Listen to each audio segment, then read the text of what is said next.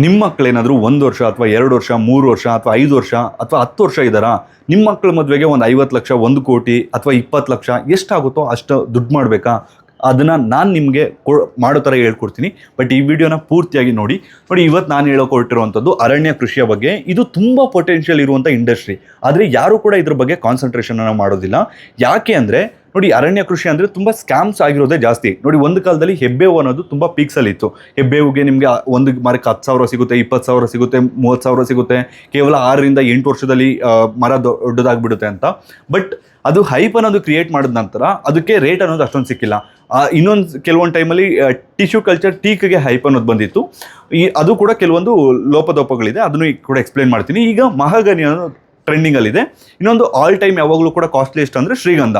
So ಇವಾಗ ಪ್ರತಿಯೊಬ್ಬ ರೈತ ಕೂಡ ಯಾಕೆ ಈ ಅರಣ್ಯ ಕೃಷಿಯನ್ನು ಮಾಡಬೇಕು, ಅಥವಾ ಬೆಂಗಳೂರಲ್ಲಿ ಇರೋವಂಥವ್ರು ಅಥವಾ ಬೇರೆ ಕೆಲಸಗಳನ್ನು ಮಾಡ್ಕೊಂಡಿರೋವಂಥವ್ರು ಕೂಡ ಯಾಕೆ ಈ ಅರಣ್ಯ ಕೃಷಿ ಅನ್ನೋದನ್ನ ಹೇಳ್ತೀನಿ. ನೋಡಿ ಫಸ್ಟ್ ಮಕ್ಕಳ ಮದುವೆಗೆ ಯಾಕೆ ಇದನ್ನು ಪ್ಲ್ಯಾನ್ ಮಾಡಬೇಕು ಅಂತ ಹೇಳ್ತೀನಿ. ನೋಡಿ, ನಿಮಗೆ ಯಾವುದೇ ಒಂದು ಟೀಕ್ ಆಗಿರ್ಬೋದು, ಮಹಾಗನಿ ಹಾಕೋದಕ್ಕೆ ನಿಮ್ಗೊಂದು 100 ರೂಪಾಯಿ ಖರ್ಚಾಗುತ್ತೆ. ಅದಕ್ಕೆ ಸ್ವಲ್ಪ ವಾರಕ್ಕೋ 15 ದಿನಕ್ಕೋ ಹೋದವಾಗ ನೀರು ಹಾಕಬೇಕು. 1 ವರ್ಷ ನಾವು ನೋಡ್ಕೋಬೇಕು. ಅದಾದ ನಂತರ ಏನು ನೋಡ್ಕೊಳ್ಳೋ ಅವಶ್ಯಕತೆ ಇರಲ್ಲ.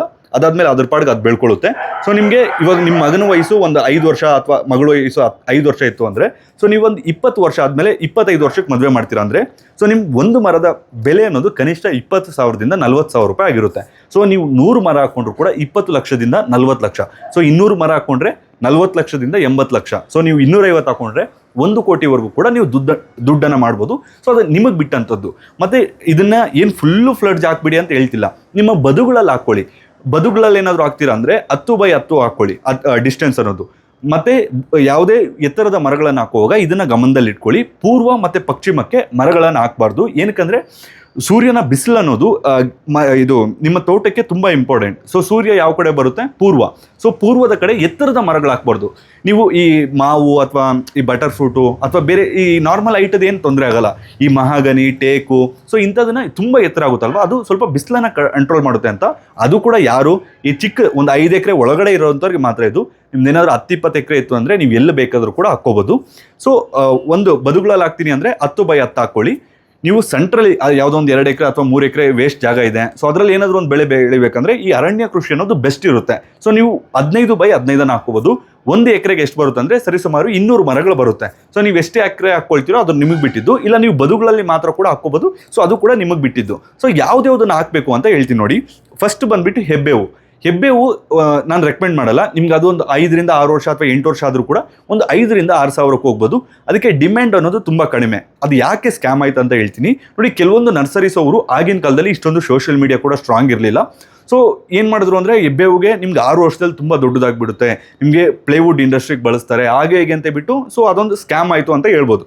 ಅದನ್ನು ಪಕ್ಕಕ್ಕಿಡೋಣ. ಸೊ ಅದು ಬೆಳೆಯೋದೇನೋ ಬೆಳೀತು 6 ವರ್ಷಕ್ಕೆ, ಬಟ್ ಅದಕ್ಕೆ ಮಾರ್ಕೆಟ್ ಅನ್ನೋದು ಅಷ್ಟೊಂದಿಲ್ಲ. ಸೊ ನಾವು ಹೆಬ್ಬೇವನ್ನು ನಾನು ರೆಕಮೆಂಡ್ ಮಾಡಲ್ಲ. ಬಟ್ ಹೆಬ್ಬೇವು ಯಾರಿಗೆ ಬೆಸ್ಟ್ ಅಂದರೆ, ನಿಮ್ದೇನಾದರೂ ಕುರಿ ಅಥವಾ ಮೇಕೆ ಅಥವಾ ಹಸು ಇತ್ತು ಅಂದರೆ ಅದಕ್ಕೆ ಬೇಸಿಗೆಗಾಲದಲ್ಲಿ ಮೇವಿಗೆ ಹೆಬ್ಬೇವು ಬೆಸ್ಟು. ಸೊ ನೀವು ಮೇವಿಗೋಸ್ಕರ ಫಸ್ಟ್ ಪ್ರಿಫರೆನ್ಸ್ ಇದ್ದರೆ ಹೆಬ್ಬೇವಿಗೆ ಹೋಗಿ. ಸೊ ಅದನ್ನು ಪಕ್ಕಕ್ಕಿಡೋಣ, ನಾನು ರೆಕಮೆಂಡೆಡ್ ಅಲ್ಲ. ನೆಕ್ಸ್ಟು ಬಂದುಬಿಟ್ಟು ಸಿಲ್ವರ್ದು ಏನು ಸಮಸ್ಯೆ ಅಂದರೆ ನೋಡಿ, ಸಿಲ್ವರ್ದು ಬೆಳೆಯುವಂಥರ ಸಂಖ್ಯೆ ಜಾಸ್ತಿ ಇದೆ, ಬಟ್ ಅದನ್ನು ಯೂಸ್ ಮಾಡುವಂಥರ ಸಂಖ್ಯೆ ಅನ್ನೋದು ಕಡಿಮೆ ಇದೆ. ಸೊ ಅದಕ್ಕೋಸ್ಕರ ಸಿಲ್ವರ್ದು ಅಷ್ಟೊಂದು ರೇಟ್ ಅನ್ನೋದಿಲ್ಲ. ಸಿಲ್ವರ್ಗೆ ಈಗಲೂ ಕೂಡ ಮಾರ್ಕೆಟ್ ಇದೆ, ಬಟ್ ಅಷ್ಟಿಲ್ಲ. ಅಂದರೆ ಜನ ಏನು ಎಕ್ಸ್ಪೆಕ್ಟ್ ಮಾಡ್ತಿದ್ದಾರೋ ಅಷ್ಟಿಲ್ಲ. ಸೊ ಇವೆರಡನ್ನೂ ಕೂಡ ಪಕ್ಕಕ್ಕಿಡೋಣ. ಸೊ ಇವಾಗ ಮೇಯ್ನ್ ಇದಕ್ಕೆ ಬರೋಣ. ನಾನು ಈಗ ಹೇಳೋದಕ್ಕೆ ಇವೆರಡನ್ನೂ ಕೂಡ ನೀವು ಕನ್ಸಿಡರ್ ಮಾಡ್ಬೋದು. ಒಂದು ಮಹಾಗನಿ. ಈ ಮಹಾಗನಿ ಅನ್ನೋದು ನೀವು ಕನಿಷ್ಠ ಅಂದರೂ ಕೂಡ ಒಂದು 10ರಿಂದ 15 ವರ್ಷ ಆಗುತ್ತೆ. ಇದಕ್ಕೂ ಟೀಕ್ಗೆ ಏನು ಅಡ್ವಾಂಟೇಜ್ ಅಂದರೆ ಮಹಾಗನಿ ಬೇಗ ಬೆಳೆಯುತ್ತೆ. ನಿಮ್ಗೊಂದು 2-3 ವರ್ಷದಲ್ಲ 40 ಅಡಿ 50 ಅಡಿ ಆಗಿರುವಂಥ ಎಕ್ಸಾಂಪಲ್ಸ್ ಕೂಡ ಇದೆ. ಸೊ ಮಹಾಗನಿ ಹಾಕ್ಕೊಂಡ್ರೆ ನಿಮ್ಗೊಂದು 20 ವರ್ಷದಲ್ಲಿ ಕನಿಷ್ಠ ಅಂದರೂ ಕೂಡ ಒಂದು ಮರಕ್ಕೆ 20,000 ರೂಪಾಯಿ ಆಗುತ್ತೆ.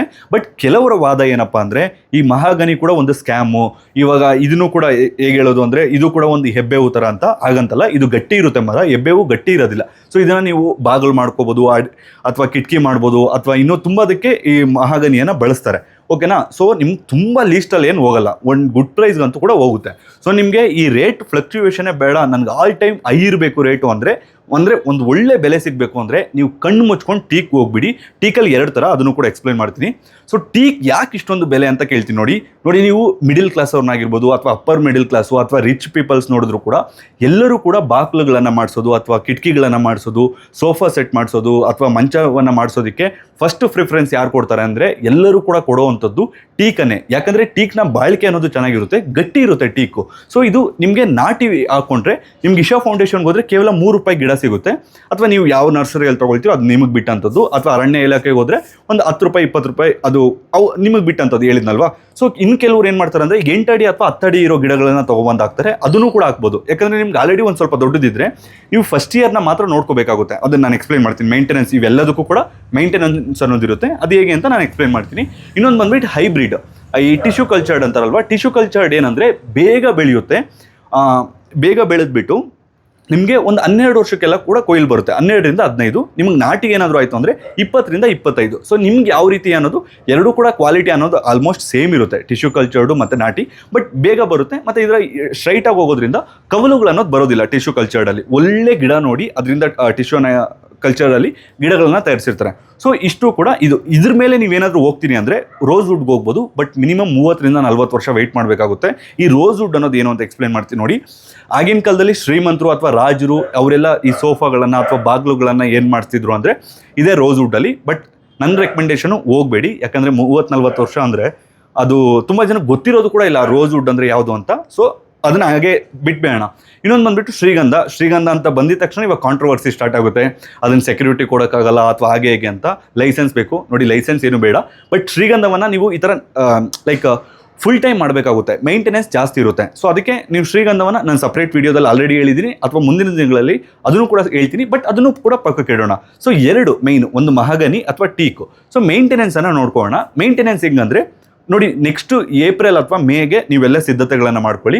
ಒಂದು ಬದುಗಳನ್ನು ಅಂದರೆ ಒಂದು ಹೇಗೆ ಹೇಳೋದು, ಒಂದು ಪಾತಿಗಳನ್ನು ಮಾಡ್ಕೊಳ್ಳಿ. ಅಂದರೆ ಮಳೆ ನೀರು ಬಂದರೂ ಕೂಡ ಸ್ವಲ್ಪ ನೀರು ನಿಲ್ಲಂಗೆ ತೋಟದಲ್ಲಿ. ಸೊ ನಿಮ್ಗೇನಾದರೂ ಮಳೆ ಸ್ವಲ್ಪ ಮೀಡಿಯಮ್ ಆಗಿ ಬೀಳ್ತಿತ್ತು ಅಂದರೆ, ಜಾಸ್ತಿ ಬೀಳ್ತಿತ್ತು ಅಂದರೆ ಆ ಥರ ಏನು ಮಾಡೋಕ್ಕೆ ಹೋಗಬೇಡಿ. ಸೊ ಮಾಡಿಕೊಂಡು ಫಸ್ಟ್ ಒಂದು ಜೂನ್ಗೆ ನೀವು ಫಸ್ಟ್ ಪ್ಲಾಂಟೇಷನನ್ನು ಮಾಡಿದ್ದೀರಾ ಅಂದರೆ ನಿಮ್ಗೊಂದು 4ರಿಂದ 5 ತಿಂಗಳು ನಿಮ್ಗೆ ಯಾವುದೇ ರೀತಿಯಾದ ಟೆನ್ಷನ್ ಇಲ್ಲ. ಯಾವಾಗ ತುಂಬ ಮಳೆ ಕಡಿಮೆ ಇರುತ್ತೋ ಅವಾಗ ನೀವೇ ನೀರನ್ನು ಕೊಡಬೇಕಾಗುತ್ತೆ. ಫಸ್ಟು ಬೇಸಿಗೆ ಕಾಲದಲ್ಲಿ ಕಂಪಲ್ಸರಿ ಗಿಡಗಳಿಗೆ ನೀರನ್ನು ನೀವು ಆರ್ಟಿಫಿಷಿಯಲ್ ಆಗಿ, ಅಂದರೆ ನೀವು ತೋಟದಿಂದ ತೊಗೊಬರ್ತಿರೋ ಅಥವಾ ಬಿಂದಿಗೆಯಲ್ಲಿ ತೊಗೊಬರ್ತಿರೋ ಅಥವಾ ಟ್ಯಾಂಕರಲ್ಲಿ ಓಡಿಸ್ತಿರೋ, ಒಟ್ಟಿನಲ್ಲಿ ನೀವು ಗಿಡಗಳನ್ನು ಉಳಿಸ್ಕೋಬೇಕು. ಸೊ ನೆಕ್ಸ್ಟ್ ಯಾವಾಗ ಮಳೆ ಬರುತ್ತೋ ಅಷ್ಟರೊಳಗಡೆ ಅದು ಪಿಕಪ್ ಆಗಿಬಿಟ್ಟಿರ್ತವೆ. ನೀವು ನೀರು ಕೊಟ್ಟಿಲ್ಲ ಅಂದರೂ ಕೂಡ ಬದುಕೊಳ್ಳುವಂಥ ಕೆಪಾಸಿಟಿ ಇರ್ತವೆ. ನೀವು 1 ವರ್ಷದಿಂದ 2 ವರ್ಷ ಮೇಂಟೆನೆನ್ಸ್ ಮಾಡಿದ್ದೀರಾ ಅಂದರೆ ಅದಾದ ನಂತರ 20 ವರ್ಷ ಯಾವುದೇ ರೀತಿಯಾದ ಮೇಂಟೆನೆನ್ಸ್ ಇರೋದಿಲ್ಲ, ಚೆನ್ನಾಗಿ ಹೋಗ್ತವೆ. ಸೊ ಡಿಸ್ಟೆನ್ಸನ್ನು ಯಾವುದೇ ಕಾರಣಕ್ಕೂ ಯಾವುದೋ ಒಂದು ನರ್ಸರಿಯವರು ಹೇಳಿದ್ರು ಅಥವಾ ಏನೋ ಒಂದು ಇದು ಮಾಡಿದ್ರು ಅಂತ 8x8 ಅಥವಾ 6x6 ಈ ಥರ ಎಲ್ಲ ಹಾಕೋಕೆ ಹೋಗ್ಬಿಡಿ. ಮಿನಿಮಮ್ ಯಾವುದೇ ಅರಣ್ಯ ಕೃಷಿಯನ್ನು ಮಾಡಿದ್ರು ಕೂಡ 15x15 ಹಾಕ್ಕೊಳ್ಳಿ. ಮತ್ತು ಯಾವುದೇ ಕಾರಣಕ್ಕೂ ಕವಲುಗಳು ಹೊಡೆಯೋದಕ್ಕೆ ಬಿಡಬೇಡಿ. ಅಂದರೆ ಇವಾಗ ಒಂದು ಮರ ಹಿಂಗೆ ಬೆಳೀತಿದೆ ಅಂದರೆ ಸೈಡಲ್ಲಿ ಈ ರೀತಿ ಬ್ರಾಂಚಸನ್ನು ಬಿಡಬಾರ್ದು. ಬ್ರಾಂಚಸ್ ಬಿಟ್ಟರೆ ಏನಾಗುತ್ತೆ ಅಂದರೆ ಇದು ದಪ್ಪ ಆಗ್ತಾ ಇರುತ್ತೆ, ಇದು ಓವರ್ ಆಲ್ ಗ್ರೋತ್ ಇರಲ್ಲ. ಸೊ ಇದರ ಸುತ್ತಳತೆ ನಿಮ್ಗೆ ಎಷ್ಟು ಬರುತ್ತೋ ಅಷ್ಟು ನಿಮಗೆ ರೇಟ್ ಅನ್ನೋದು ಸಿಗುತ್ತಲ್ವಾ. ಸೊ ಸುತ್ತಳತೆ ಬರಬೇಕು ಅಂದರೆ ಮರ ಅನ್ನೋದು ಸ್ಟ್ರೈಟಾಗಿ ಹೋಗಬೇಕು. ಸೊ ಮತ್ತು ಸೈಡ್ ಬ್ರಾಂಚಸ್ ಅಷ್ಟೊಂದು ಬಿಡಬೇಡಿ. ಒಂದು 40 ಅಡಿ ಹೋದ್ಮೇಲೆ ಫುಲ್ ಬೇಕಿದ್ರೆ ಬಿಟ್ಬಿಡ್ಬೋದು. 40 ಅಡಿ ಅಥವಾ 50 ಅಡಿಗೆ ಹೋದರೆ. ಆದರೆ ಒಂದು ಗಮನದಲ್ಲಿ ಇಟ್ಕೋಬೇಕು, ಟೀಕ್ ಯಾರ್ಯಾರು ಬೆಳೀತಾರೋ ಅದರ ಸುತ್ತಮುತ್ತಲು ಮರಗಳನ್ನು ಅಥವಾ ಒಳ್ಳೆ ಬೆಳೆಯನ್ನು ಬೆಳೆಯೋದಕ್ಕೆ ಬಿಡೋದಿಲ್ಲ. ಯಾಕಂದರೆ ಎಲ್ಲ ಸಾರಾಂಶವನ್ನು ಟೀಕೆ ಹೇಳ್ಕೊಳ್ತಾ ಇರುತ್ತೆ. ಸೊ ನೀವು ಟೀಕ್ ಬೆಳಿತೀರಾ ಅಂದರೆ ನೀವು ಒಂದು 15 ಅಡಿ ಬಿಟ್ಟು ಬೇರೆ ಏನಾದರೂ ಬೆಳಿಬೇಕು. ಅಥವಾ ನಿಮ್ಮ ಖಾಲಿ ತೋಟದಲ್ಲಿ ಕಂಪ್ಲೀಟ್ಲಿ ಟೀಕ್ ಬೆಳಿತೀರಾ, ಏನೂ ಸಮಸ್ಯೆ ಇಲ್ಲ.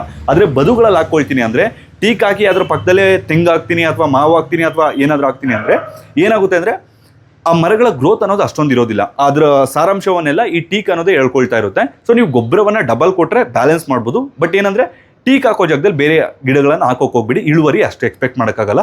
ಸೊ ಅದು ಬದಲಾಗಿ ಒಂದು 15 ಅಡಿ ಬಿಟ್ಟು ನೀವು ಯಾವ ಗಿಡಗಳನ್ನಾದರೂ ಹಾಕ್ಕೊಳ್ಳಿ. ಸೊ ಟೀಕಲ್ಲಿ ಒಂದೇ ಒಂದು ಡಿಸಡ್ವಾಂಟೇಜ್ ಇದೆ, but teak all time favourite. ನಾವು ಟೀಕನ್ನು ತೇಗ ಅಂತ ಕರೀತಾರಲ್ವ, ಯಾವುದಕ್ಕೂ ಕೂಡ ಕಂಪೇರ್ ಮಾಡೋಕ್ಕಾಗಲ್ಲ. ನೀವು ಏನಾದರೂ ಸ್ವಲ್ಪ ರಿಸರ್ಚ್ ಮಾಡಿ ಹೋಗ್ತೀನಿ ಅಂದರೆ ಟಿಶ್ಯೂ ಕಲ್ಚರ್ಡ್ಗೆ ಹೋಗಿ. ಟಿಶ್ಯೂ ಕಲ್ಚರ್ಡ್ ಏನಂದರೆ ಕೆಲವೊಂದು ಕಂಪ್ನಿಗಳವ್ರದ್ದು ಅದೇ ಲೋಪದೋಪಗಳಿರುತ್ತೆ, ಅವ್ರದ್ದು ಪಾಸಿಟಿವ್ಸ್ ಆರ್ ನೆಗೆಟಿವ್ಸ್.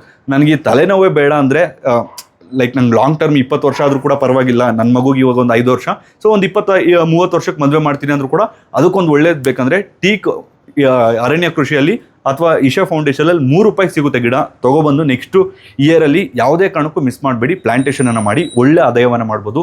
ಸೊ ನಿಮ್ಗೇನಾದರೂ ಡೌಟ್ ಇತ್ತು ಅಂದರೆ ಕಮೆಂಟ್ ಮಾಡಿ, ಅಥವಾ ಇನ್ನೂ ಯಾವ ರೀತಿ ಅಗ್ರಿಕಲ್ಚರಲ್ಲಿ ವೀಡಿಯೋಸ್ ಬೇಕು ತಪ್ಪದೆ ನಮ್ಮ ಕಮೆಂಟ್ ಬಾಕ್ಸ್ನಲ್ಲಿ ಕಮೆಂಟ್ ಮಾಡಿದ್ರೆ ನಾನು ತಿಳಿಸ್ಕೊಡ್ತೀನಿ. ಸೊ ಇದೇ ರೀತಿಯಾದ ಒಂದು ಇನ್ಫಾರ್ಮೇಟಿವ್ ವಿಡಿಯೋ ಡೈಲಿ ಬರುತ್ತೆ. ಸೊ ಆ ವಿಡಿಯೋಸ್ ನಿಮ್ಮವರೆಗೂ ಬರಬೇಕು ಅಂದರೆ ಕೆಳಗಡೆ ಕಾಣ್ತಿರುವಂಥ ಸಬ್ಸ್ಕ್ರೈಬ್ ಬಟನನ್ನು ಪ್ರೆಸ್ ಮಾಡ್ಕೊಳ್ಳಿ. ಏನಾದರೂ ಡೌಟ್ ಇತ್ತು ಅಂದರೆ ಕಮೆಂಟ್ ಮಾಡಿ. ಮತ್ತು ಏನಾದರೂ ಮಿಸ್ಟೇಕ್ ಲೈಕ್ ಸ್ಪೀಡಾಗಿ ಹೇಳೋವಾಗ ಏನಾದರೂ ಮಿಸ್ಟೇಕ್ ಮಾಡಿದ್ದೀನಿ ಅಂದರೆ ಅದಕ್ಕೂ ಕೂಡ ಕ್ಷಮಿಸಿ. ಸೊ ಎಲ್ಲರಿಗೂ ಧನ್ಯವಾದಗಳು.